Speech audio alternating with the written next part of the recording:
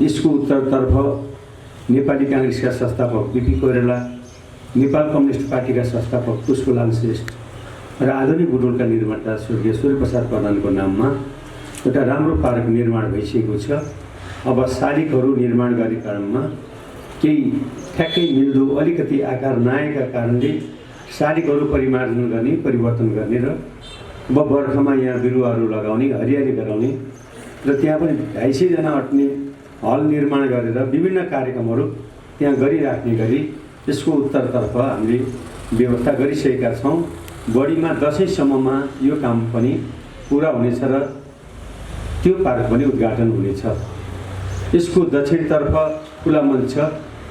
यो खुला मञ्चलाई सुधार गरेर यसलाई सम्याएर हाइमास्टहरू, लाइटहरू पर्याप्त मात्रामा राख्ने, रात्रिकालीन समयमा पनि साङ्गीतिक कार्यक्रमहरू, विभिन्न अरू कार्यक्रमहरू राख्ने र सम्भव भयो भने ज्येष्ठ नागरिक र बालबालिकाका लागि एउटा थोरै कर्नरमा पार्क पनि निर्माण गर्ने गरी यो खुला मञ्चलाई सदुपयोग गरिनेछ र बुटोलको लागि आय आर्जन हुने यो ठाउँका देवसिद्ध चोक, देवीनगर र सम्पूर्ण बुटोलवासीले गर्व गर्ने ठाउँका रूपमा यसलाई व्यवस्था गरिनेछ।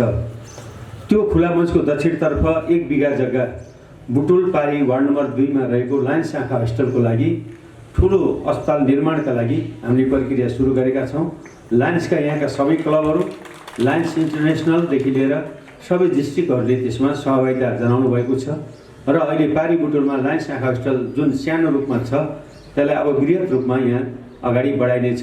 जग्गाको सिफारिसको प्रक्रिया बढिसकेको छ। त्योभन्दा दक्षिणतर्फ अन्दाजी झन्डै 4 बिघा जग्गा बाँकी रहन्छ।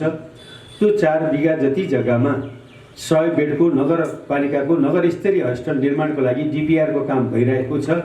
त्यो हुने बित्तिकै त्यहाँ हस्टेलको काम अगाडि बढाइनेछ।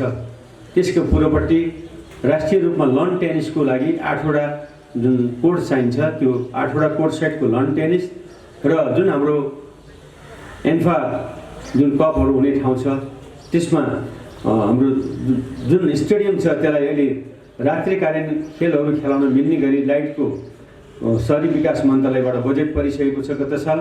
अब त्यो लाइटको व्यवस्था भयो भने रात्रिकालीन समयमा पनि फुटबल खेलाउन सकिने गरी त्यो ठाउँ विकास हुँदैछ। यसरी अहिले बुटोलको प्रगति नगरमा धेरै विकासका कामहरू जोडिएका छन्। यो ठाउँमा 1772 घरधुरी जग्गा नापजाँच गरिसकेको छ। अब क्याबिनेटले नदी विकास जग्गाको पूर्जा दिने भनेर निर्णय गरेर पठायो भने हामीले 2 महिनाभित्र पूर्जा बाँड्न सक्ने गरी नगरपालिकाले तयार गरेको छ। अब यसलाई निर्णय गर्न केन्द्र सरकारको निर्णय बाँकी छ। त्यो हुने बित्तिकै हामी लाल पूर्जा वितरण गर्न सक्ने तयारीमा छौँ।